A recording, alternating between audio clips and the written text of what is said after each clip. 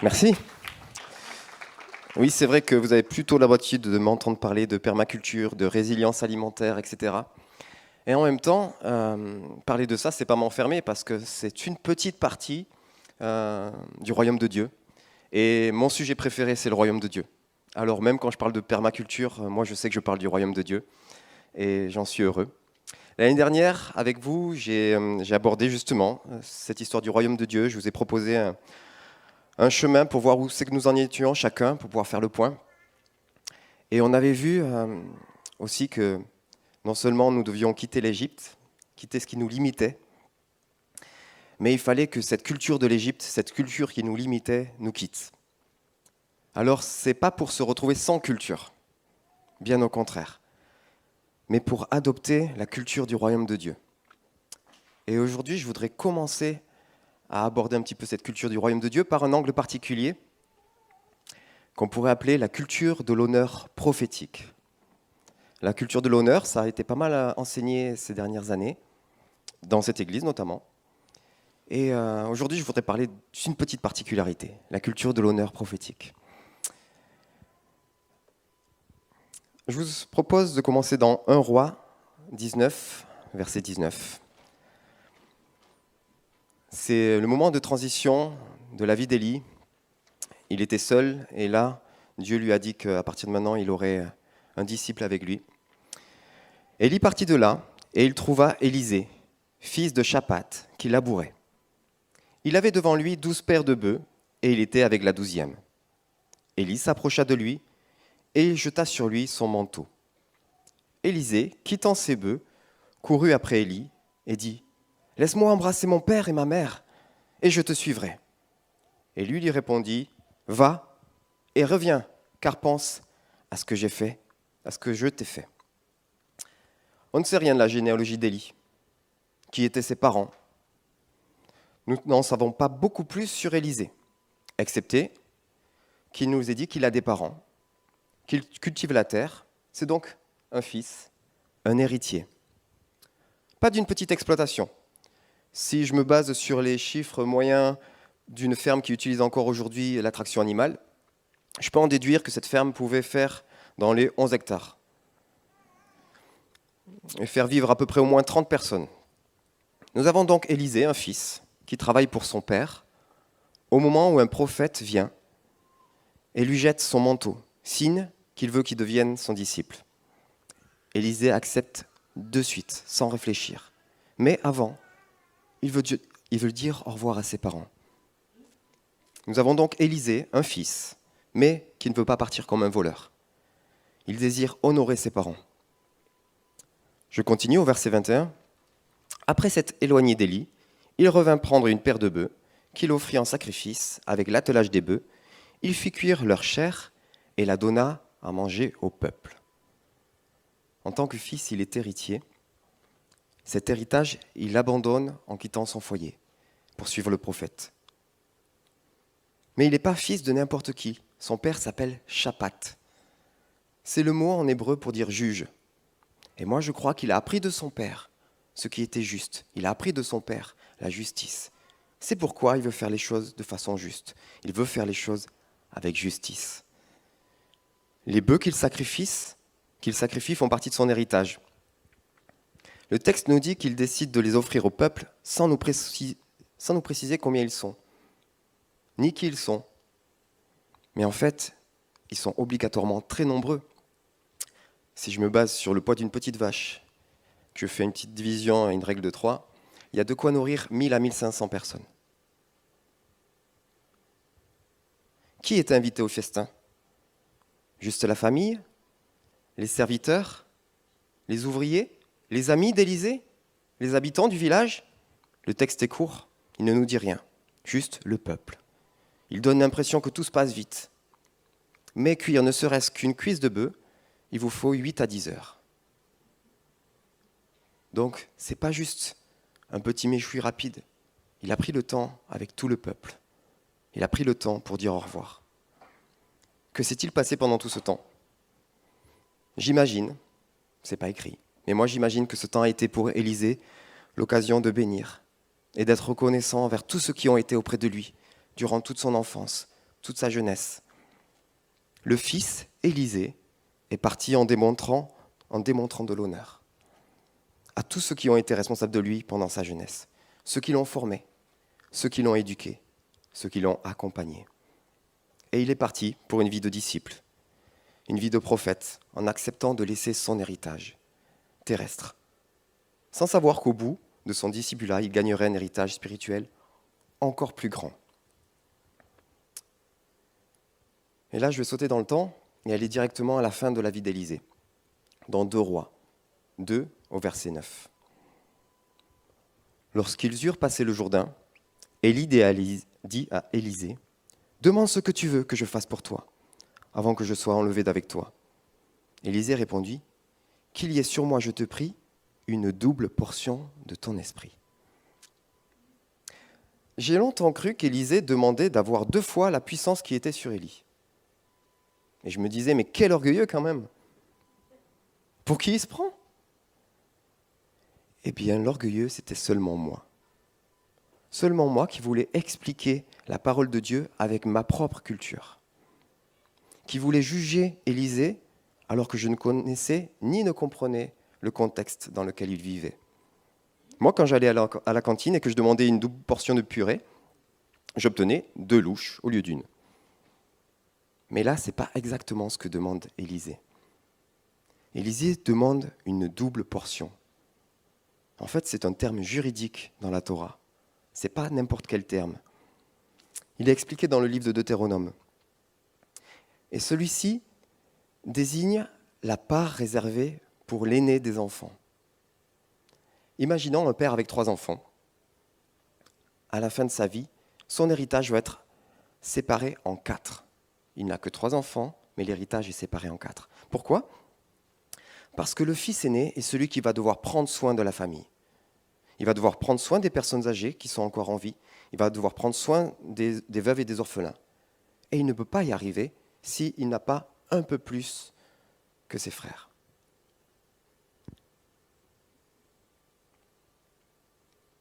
Élie lui dit, « Tu demandes une chose difficile. Mais si tu me vois pendant que je serai enlevé d'avec toi, cela t'arrivera. Sinon, cela ne t'arrivera pas. » Et comme il continuait à marcher en parlant, voici un char de feu et des chevaux de feu les séparèrent l'un de l'autre. Élie monta au ciel dans un tourbillon. Élisée regardait et criait, « Mon père, char d'Israël et sa cavalerie !» Puis il ne le vit plus. Saisissant alors ses vêtements, il les déchira en morceaux et releva le manteau d'Élisée qu'il avait laissé tomber. À la fin de la vie de son maître, l'élève ne voulait pas seulement être un apprenti, n'être un disciple, mais il voulait être reconnu comme le fils spirituel, comme le fils aîné d'Élie. Il avait dit au revoir à son père terrestre, mais reconnaissait en Élie son père spirituel. Il avait abandonné son héritage terrestre pour le suivre, mais voulait obtenir le droit d'aînesse sur l'héritage spirituel d'Élie, et cela lui a été accordé par Dieu. Je suis convaincu que si Élisée n'avait pas su, voulu ou pu honorer ses parents avant de suivre Élie, cet héritage n'aurait pas pu lui être donné. Dans Exode 20, au verset 12, il est écrit « Honore ton père et ta mère, afin que tes jours se prolongent dans le pays que l'Éternel ton Dieu te donne. » C'est la 5e des 10 paroles que Dieu a données à l'homme pour conduire sa vie. Mais la première en ce qui concerne les relations humaines. Les 4 premières étant basées sur les relations avec Dieu ou le souvenir de l'œuvre de Dieu. Ce n'est pas un hasard. La base de notre identité est celle d'être des fils et des filles.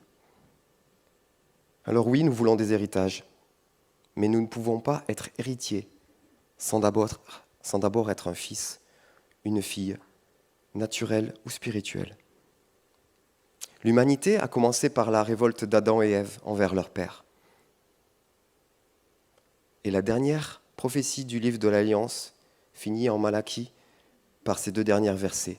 « Voici, je vous enverrai Élie le prophète, avant que le jour de l'Éternel arrive, ce jour grand et redoutable, où il ramènera le cœur des pères à leurs enfants et le cœur des enfants à leurs pères. Je crois qu'on ne peut pas comprendre ce dernier passage de Malachie sans voir cette filiation entre Élie et Élisée.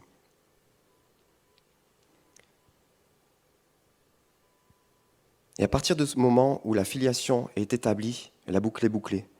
Tout n'est pas accompli à ce moment-là, mais tout peut commencer sur des solides bases. Élie est ce prophète qui a su devenir un père spirituel. Et nous vivons dans des temps dans lesquels Dieu ramène le cœur des pères et des fils. Et nous avons tellement besoin que notre Père, à tous, vienne à notre secours pour nous guérir et nous donner notre juste place. En étudiant 2 événements de la vie d'Élisée, nous avons vu à quoi pouvait ressembler la culture de l'honneur envers nos pères. Mais c'était dans un cadre idéal, avec des parents bien traitants. Oh, je suis sûr que les parents d'Élisée étaient comme tous les autres. Ils ont dû lui prendre la tête, le décevoir, ils ont dû être maladroits, peut-être même injustes parfois. Mais ni plus ni moins que tous les parents qui essaient de remplir leur rôle, ô combien complexe et défiant. Honorés, d'accord. Mais quand nos parents ne sont pas honorables? Revenons un peu en arrière dans le temps historique et regardons du côté de David, dans 1 Samuel 24. Le voilà poursuivi non pas par son père, mais par son beau-père et son roi, Saül. On aurait pu prendre la relation de David et de son père qui déjà était maltraitante. Mais ce qui m'intéresse dans cette partie avec Saül, c'est qu'on va voir comment David a pu garder son cœur pur. C'est un moment où David s'est réfugié dans une grotte avec ses hommes, quand soudain Saül entre à son tour, seul, dans cette caverne, pour satisfaire quelques besoins bien naturels. Les hommes de David en sont certains. C'est Dieu qui a envoyé Saül dans la caverne pour que le jeune lion puisse mettre fin à ses jours. Saül veut la mort de son beau-fils. Les amis de David le poussent à le devancer et à ce qu'il le tue avant. David s'avance doucement, coupe un morceau du manteau royal de Saül et interdit à ses amis de toucher un seul cheveu du roi. Puis en sortant, il dit au verset 10, « Pourquoi écoutes-tu les propos des gens qui disent « Voici David, cherche ton malheur. Tu vois maintenant de tes propres yeux que l'Éternel t'avait livré aujourd'hui entre mes mains dans la caverne. On m'excitait à te tuer, mais je t'ai épargné. Et j'ai dit, je ne porterai pas la main sur mon Seigneur, car il est loin de l'Éternel. Vois, mon Père, vois donc le pan de ton manteau dans ma main, puisque j'ai coupé le pan de ton manteau et que je ne t'ai pas tué. Sache et reconnais qu'il n'y a dans ma conduite ni méchanceté, ni révolte, et que je n'ai point péché contre toi. » David est victime d'injustice, de tentative de meurtre. Il est poursuivi, mais il réussit à garder son cœur, malgré toutes les horreurs qu'il a subies et qu'il subira encore. Il réussit à ne pas se faire sa propre justice et à rester honorant dans ses propos. Attention, je ne dis pas qu'un enfant doit subir sans rien dire ce qu'un parent maltraitant lui fait vivre, au contraire. David le premier, car il était adulte au moment des faits, s'est éloigné de l'environnement toxique et dangereux de Saül. De même, un enfant qui aurait à subir des maltraitances et des abus doit être secouru et doit être protégé. Mais ce que David nous montre par son exemple, c'est qu'au milieu de la tourmente, il a réussi à garder son cœur pur, plus que toute autre chose. Je fais une parenthèse ici, mais ce moment a dû être terrible pour Saül. Non seulement David venait de démontrer que son cœur et ses actes étaient purs, mais même le fait qu'il ait coupé le bord de ses vêtements était un acte prophétique dont David n'était peut-être pas conscient, qui rappelait la parole que Samuel lui avait donnée en 1 Samuel 15 au verset 26. Samuel avait dit à Saül, « Je ne retournerai point avec toi, car tu as rejeté la parole de l'Éternel, et l'Éternel te rejette, afin que tu ne sois plus roi sur Israël. Et comme Samuel se tournait pour s'en aller, Saül le saisit par le pan de son manteau qui se déchira. Samuel lui dit, « L'Éternel déchire aujourd'hui de dessus de toi la royauté d'Israël, et il la donne à un autre qui est meilleur que toi. »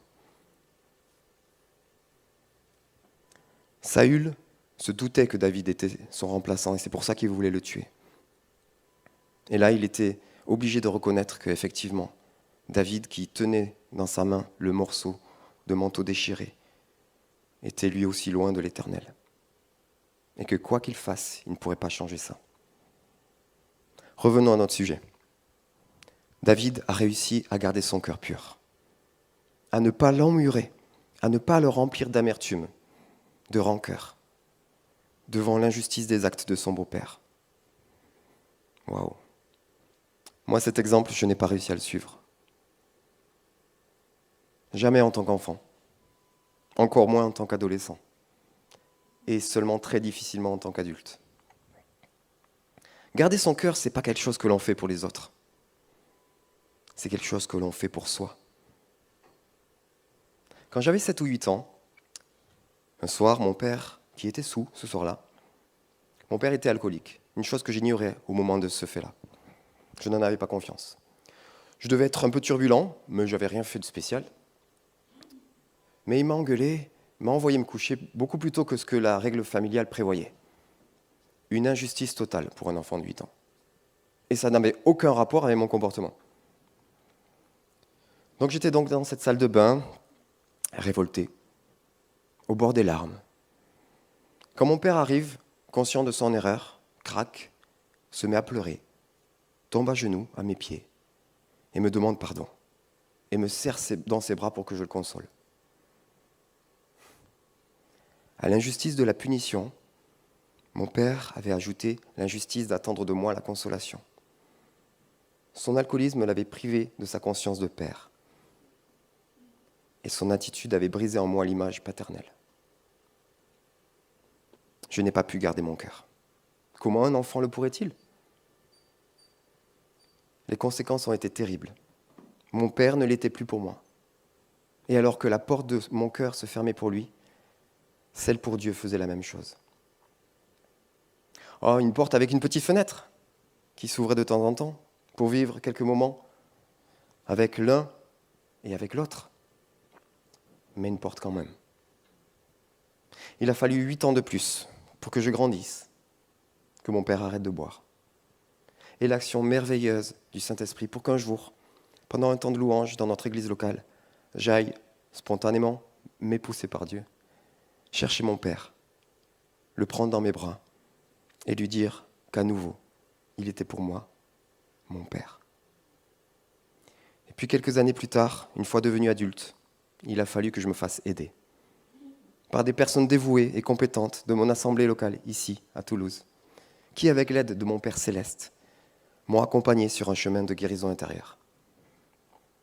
Et c'est là qu'on voit l'œuvre merveilleuse de Dieu, l'œuvre qu'il peut faire dans la vie des gens, son œuvre de restauration. Je ne suis pas fils unique, nous sommes 5 frères et sœurs. Et j'ai pu voir mon père agir et être présent comme un père avec les plus jeunes, notamment mon petit frère, qui a 9 ans de moins que moi. Et il a connu un père aimant, un père présent, qui a su l'accompagner. Et peu après qu'il ait arrêté de boire, un homme de passage dans notre assemblée locale avait prophétisé à mon père qu'il serait un patriarche, le père d'une multitude. Lui qui n'avait pas eu de père, qui n'avait pas su être un père lui-même. Nous aurions pu rester bloqués par cette vision d'un père brisé. Mais son ami et pasteur Joël Benoît, qui était responsable du groupe de jeunes, connaissait le cœur de cet homme qui était mon père et connaissait l'appel qui était sur sa vie. C'est pourquoi il a décidé de lui proposer de prendre une place dans l'encadrement des jeunes de cette église. Et ces jeunes ont pu découvrir un homme de Dieu qui avait son oreille posée sur la poitrine de Christ. Ils ont pu découvrir un homme qui pouvait leur parler directement de la part de Dieu. Ils ont découvert un père et un prophète selon le cœur de Dieu. Cet homme qui n'avait pas pu être un père pour certains de ses enfants, mais a pu l'être pour de nombreux autres. l'ennemi n'a pas pu empêcher son appel de se réaliser. C'est ce que j'aime appeler la vengeance de l'Éternel. On imagine souvent qu'honorer ses parents, c'est une histoire d'enfant. Mais pourtant, peut-on réellement être capable d'honorer avant de devenir adulte ? Il y a quelques années, Dieu m'a amené sur plusieurs jours à suivre le chemin de la reconnaissance pour une pluie de bénédictions. Tout a commencé par une pensée. Et si tu écrivais à tous tes parents spirituels un message de reconnaissance ? Dans ce message, tu vas écrire ce qu'il a apporté à ta vie. Si nécessaire, tu vas lui demander pardon pour les attitudes que tu aurais pu avoir, mais toujours pour leur dire que tu les aimes et pour les bénir. Qui sont mes parents spirituels ? Ce sont toutes les personnes qui ont été en position de responsabilité spirituelle dans ma vie. Étant né dans une famille chrétienne, mes parents en premier. Mon papa étant déjà décédé au moment des faits, j'ai donc écrit à ma mère. Et puis, à tous les responsables que j'ai eus, ceux de mon ancien groupe de jeunes, ceux de mon église, ceux de ma nouvelle église, ma nouvelle assemblée locale. Et puis à tous ceux qui étaient pour moi des grands frères ou des parents spirituels. La plupart des noms sont venus très facilement. Mais alors que je pensais avoir terminé, avoir fait le tour, Dieu me dit, il manque quelqu'un. Devant ma surprise, il m'a révélé le visage d'une personne qui avait toujours été présente dans mon assemblée locale, toujours à mes côtés. Mais je ne l'avais pas reconnu comme étant l'un de mes parents spirituels. Et pourtant, au fond de moi, j'en voulais à cette personne. Pas qu'elle m'ait directement fait du mal, mais tout simplement car j'avais eu des attentes envers elle, des attentes non comblées. Certaines de ces attentes étaient légitimes, mais la plupart ne l'étaient pas. Et l'ennemi avait utilisé ces déceptions pour endurcir un peu plus mon cœur. Alors, comme tout disciple qui avance sur le chemin de la sanctification avec Dieu, j'ai déjà vécu des délivrances dans ma vie, mais celle-ci fut extraordinaire dans sa simplicité et sa profondeur.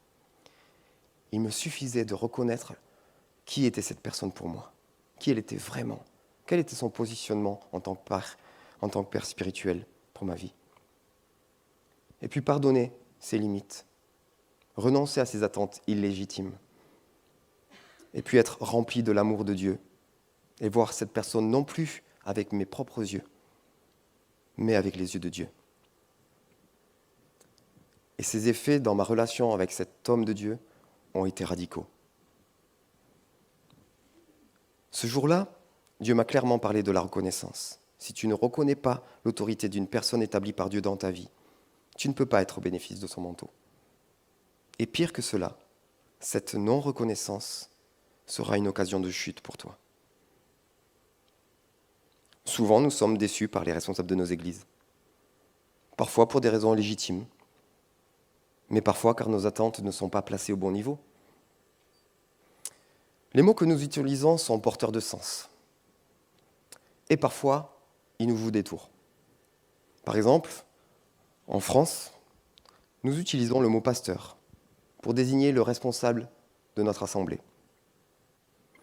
Nous avons donc une fonction, responsable d'une assemblée, et nous avons de l'autre côté un appel, pasteur. Il ne faut pas confondre les deux. Nous pouvons avoir un responsable d'assemblée dont l'appel premier n'est pas d'être pasteur. Quelles sont les attentes qu'on pourrait avoir pour une personne qui a reçu un appel de pasteur ? Qu'il prenne soin de chacun des membres de l'Église, en priorité bien entendu de ceux qui sont blessés, ceux qui traversent une épreuve, ceux qui veulent grandir dans la foi personnelle. C'est un appel qui est spécifique. Mais que se passe-t-il si le responsable de mon église locale a un autre appel sur sa vie ? Si c'est un évangéliste, si c'est un prophète, si c'est un enseignant, eh bien si, dans ma tête, je crois que c'est un pasteur, je vais avoir des attentes qui ne sont pas des attentes légitimes envers lui. Des attentes de savoir-être, de savoir-faire dont il n'a pas forcément été pourvu. Je ne dis pas qu'un prophète n'est pas capable de faire un accompagnement pastoral, de même qu'un évangéliste ou un enseignant. Mais c'est juste pas seulement son appel premier. Prenons un exemple dans un tout autre domaine pour bien vous faire comprendre ce passage-là. Imaginons que vous êtes hospitalisé pour un problème grave au dos qui vous paralyse à moitié. Vient le chirurgien. Là, il va vous parler de l'opération, il va vous expliquer comment il va faire. Mais à ce moment-là, vous avez mal, vous n'êtes pas bien, vous n'êtes pas lavé depuis hier. Ces explications, vous n'en avez rien à faire. Vous lui en faites part. Et il va balayer ça d'un revers de main en vous disant qu'il va vous envoyer l'infirmière et l'aide-soignant en sortant. Allez-vous en vouloir au chirurgien de ne pas vous avoir donné de calmant et de ne pas vous avoir accompagné à la douche? Non. Ce n'est pas sa fonction. Alors, l'infirmière va venir, elle va vous donner un calmant. Puis l'aide-soignant vous accompagnera à la douche. Et puis vous pourrez vous reposer en attendant l'opération de demain. Vous voyez? Nos assemblées locales ne sont pas organisées comme des hôpitaux, où chacun est bien repéré avec un badge, un titre, une tenue correspondant à sa fonction. Non. Elles sont constituées de personnes en responsabilité, qui ont accepté de porter une charge, un service, pour le bien de la communauté. Et nous devons apprendre à ne pas porter sur elles des attentes qui ne sont pas en rapport avec l'appel que Dieu a déposé dans leur vie. Si vous saviez le nombre de fois où j'ai partagé cette chose-là, et j'ai pu voir des personnes qui se croyaient blessées par l'Église, blessées par leurs responsables, se rendre compte qu'en fait elles étaient seulement blessées car elles avaient porté sur eux des attentes qui n'étaient tout simplement pas légitimes. Ce qui est merveilleux, c'est qu'il suffit de le comprendre. Il suffit de comprendre cette règle, de ne pas porter d'attentes illégitimes sur des personnes en responsabilité, pour que la blessure disparaisse en une fraction de seconde. Et nous avons parfois même des attentes envers les responsables de nos assemblées ou envers des serviteurs de passage qui sont des attentes que nous devrions avoir envers Dieu. Il faut absolument que ce serviteur prie pour moi. Il faut absolument que cette personne me donne une parole. À ce moment-là, est-ce que nos attentes sont tournées vers Dieu ou vers ses serviteurs? Dans nos cœurs, nous avons un trou en forme de Dieu que nous essayons de combler par tout ce que notre imagination peut trouver. Quand nous sommes des bébés ou des petits-enfants, nos parents sont comme des dieux pour nous. Ils nous nourrissent, ils nous disent ce qui est bien ou mal. Ils nous apportent de l'amour. Et puis un jour, ils vont nous décevoir. Et la blessure dépendra de la place que nous leur avons donnée. Si ce jour-là, si le jour où je suis blessé par mon père ou ma mère, si je connais l'existence de Dieu, alors, si je connais Dieu, je sais que mes parents ne sont pas Dieu. Donc dans mon cœur, ils vont tomber de leur place de parents, mais ils ne vont pas tomber de leur place de Dieu. Oui. Mais non, justement, c'est pas le contraire. C'est que si moi, je ne connais pas l'existence de Dieu, ce trou en forme de Dieu dans mon cœur est pris par mes parents. Donc le jour où mes parents me déçoivent, comme j'ai une vision qui n'est pas juste d'eux et que je les prends pour Dieu, ils tombent de la place de Dieu. Donc la blessure est d'autant plus grande.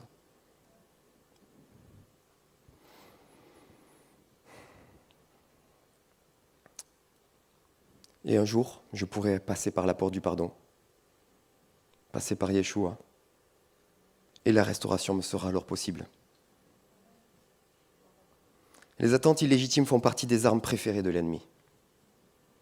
Nous devons arrêter de regarder les autres au travers des fonctions qu'ils occupent, mais nous devons apprendre, avec l'aide de Dieu, à les voir au travers de l'appel qui est sur leur vie, apprendre à les voir au travers des yeux de Christ. Ainsi, en fonction des besoins que nous avons, quand nous avons besoin d'un coup de pouce ou d'aide dans notre parcours de disciple, nous allons pouvoir nous diriger vers les personnes les plus aptes à y répondre. Et ce n'est pas toujours le responsable de notre assemblée. Des attentes de ce type, nous pouvons en avoir sur tellement de sujets et tellement de personnes. Nos parents, nos conjoints, nos enfants, nos collègues de boulot. Apprenons à voir les autres avec le regard de Dieu. Comment ? En lui demandant tout simplement. Demandons-lui de nous apprendre à avoir des attentes justes les uns envers les autres. Qu'il nous montre qu'ils sont là pour lui, qui ils sont pour lui, et qu'ils sont pour nous, qui ils sont pour notre communauté. Apprenons à compter les uns sur les autres en fonction de qui nous sommes, avec nos limites, avec nos faiblesses, mais aussi nos forces. Je n'avais pas prévu d'en parler, mais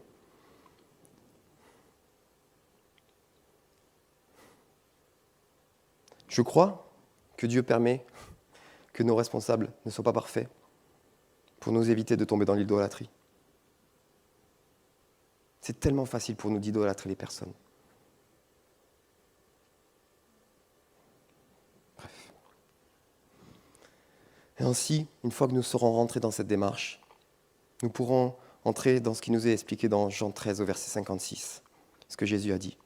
À ceci, tous reconnaîtront que vous êtes mes disciples, à l'amour que vous avez les uns pour les autres. Et cet amour commence par se regarder dans et avec vérité. Lors de cette journée que j'avais commencé en envoyant des paroles de reconnaissance et de bénédiction à mes parents spirituels, comme j'étais bien lancé, Dieu m'a demandé de faire une démarche similaire, mais pour mes anciens patrons, mes anciens responsables professionnels, en enlevant bien entendu tout mon patois de Canaan qui aurait été incompréhensible pour eux. Tous n'ont pas compris la démarche.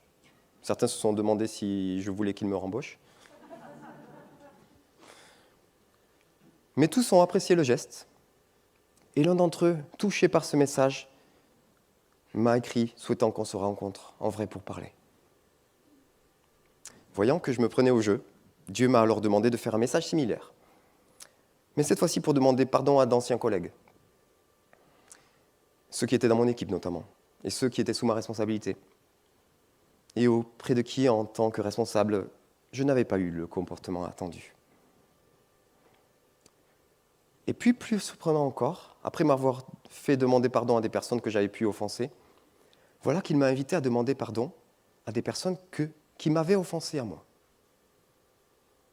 Alors, autant je comprenais la démarche précédente, celle qui tu vas aller demander pardon à quelqu'un que tu as offensé, ça rentre dans ma théologie.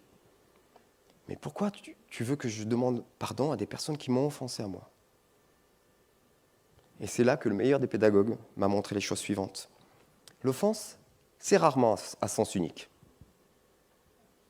Même si je me suis senti offensé en premier, mes réactions et mon attitude n'ont-elles pas également été offensantes ? Et est-ce qu'elles étaient excusées par le fait qu'elles arrivaient en réaction ? Oui, j'avais été offensé en premier, mais je n'avais pas su réagir à l'offense. Demander pardon à quelqu'un qui vous a offensé, par ailleurs, ne peut pas vraiment se faire si vous n'avez pas pardonné. Ce fut un formidable test pour m'assurer qu'effectivement, j'avais bien pardonné ces personnes, puisque je me sentais en capacité de pouvoir moi-même leur demander pardon. Le lendemain, en repensant à tout ça, j'étais un peu déçu que ça soit fini. J'avais envie de continuer, j'avais envie de bénir d'autres personnes. Je parlais de cette frustration à Dieu. Il m'a dit, mais ça fait que commencer. Et c'est écrivé à ta femme.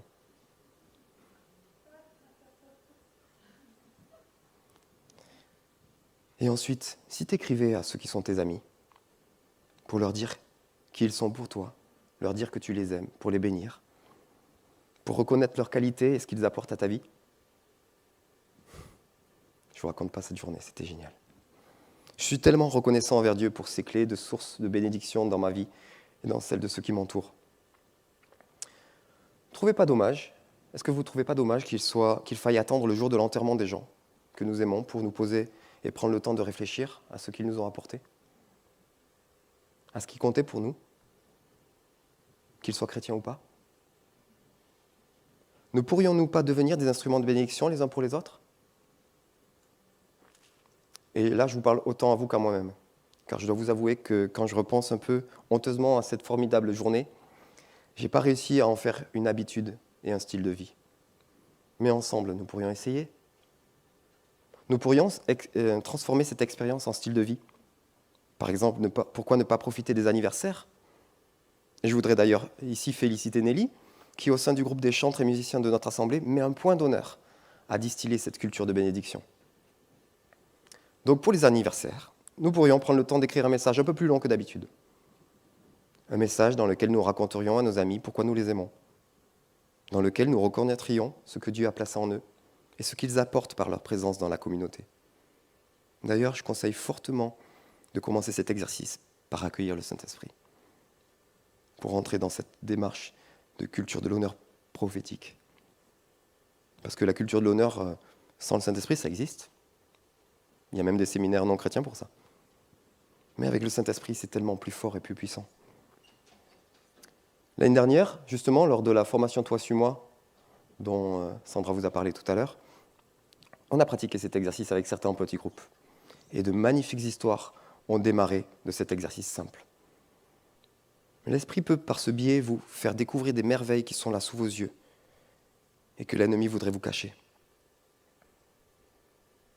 Depuis, j'ai pu, une fois ou deux, prendre quelques minutes et dire au Saint-Esprit, et si on bénissait quelqu'un aujourd'hui? À qui veux-tu que j'écrive? Lors de cet exercice, et vous vous en rendrez vite compte si vous le faites, très souvent je recevais une réponse qui commençait par « Merci, c'est gentil ». Cette réponse m'énervait. Je vais vous faire une confidence. Je n'aime pas la gentillesse. Et c'était pour moi un signe que la cible n'était pas atteinte. Laissez-moi aller au bout de mon raisonnement, vous allez comprendre. Vous pensez certainement que la gentillesse, c'est une bonne chose. Et on vous a sûrement appris à être gentil. Et c'est sûr, c'est mieux que d'être méchant.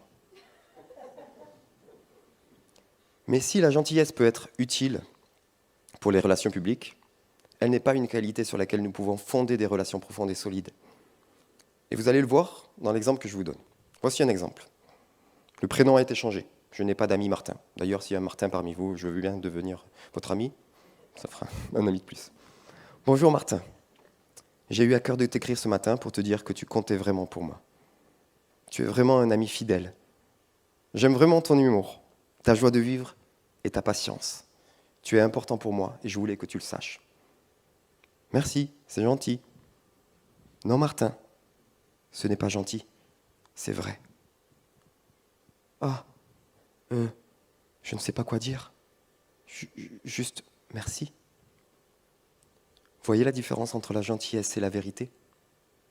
Si quelqu'un vous fait un compliment par gentillesse, ça n'a rien de constructif. C'est juste gentil.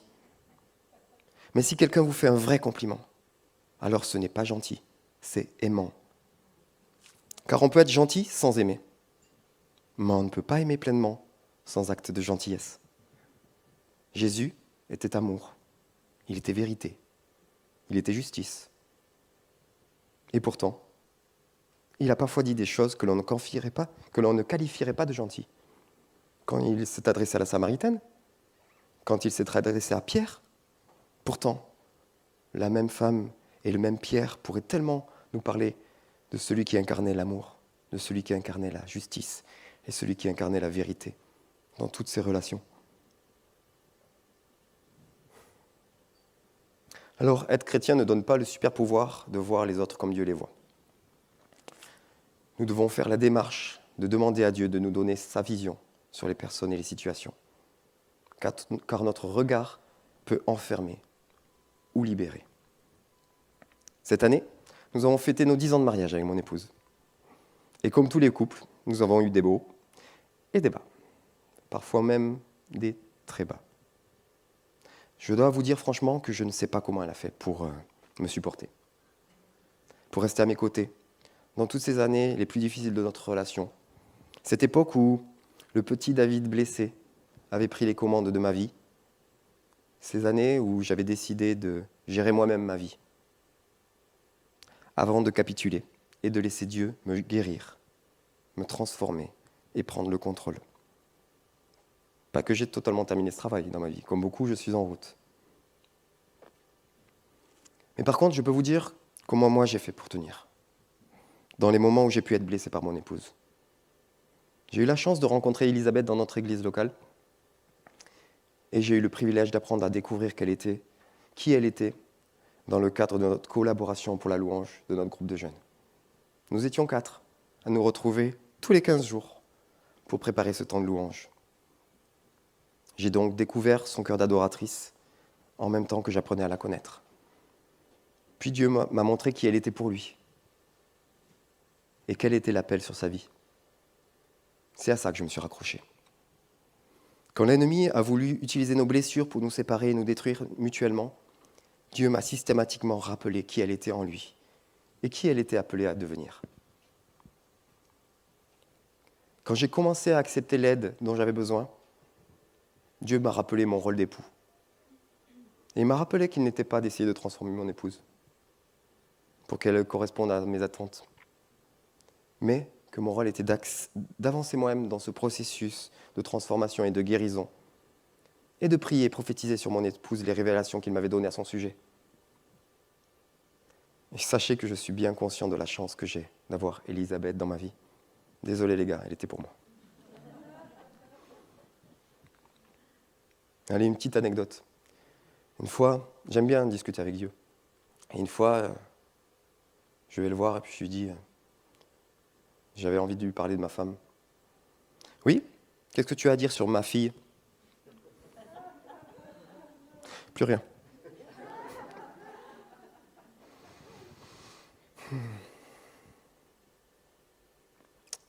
Je vais arrêter là. Pour finir, je voudrais que l'on prenne une minute pour se présenter devant le Père.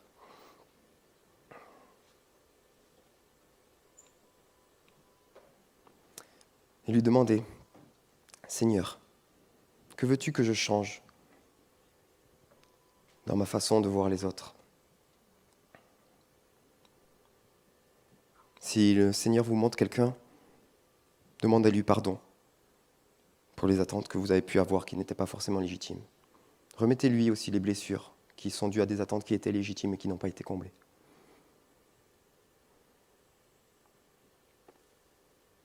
Seigneur, pardonne-nous pour notre regard qui n'est pas toujours juste, pour notre cœur qui est dur, pour nos attentes qui ne sont pas toujours justes, pour toutes les fois où nous attendons des autres des choses que nous devrions attendre de toi. Viens à notre secours, Seigneur. Nous sommes tellement limités. Nous avons besoin que tu rafraîchisses la vision que nous avons les uns des autres.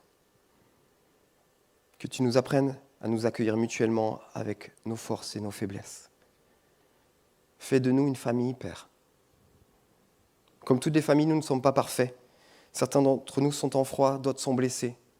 Mais tu es notre Père à tous, notre Père aimant, juste et véritable. Alors, apprends-nous à notre tour à être justes. Apprends-nous à nous aimer. Apprends-nous à agir les uns avec les autres, avec vérité. Seigneur, nous voulons faire ce qui est notre possible, de ce qui est notre possible pour avancer ensemble. Et pour le surnaturel, nous te faisons confiance. Alors viens à notre secours, là où nous sommes limités. Nous t'accueillons dans nos vies, Abba. Nous t'accueillons dans nos vies, Père. Nous t'accueillons.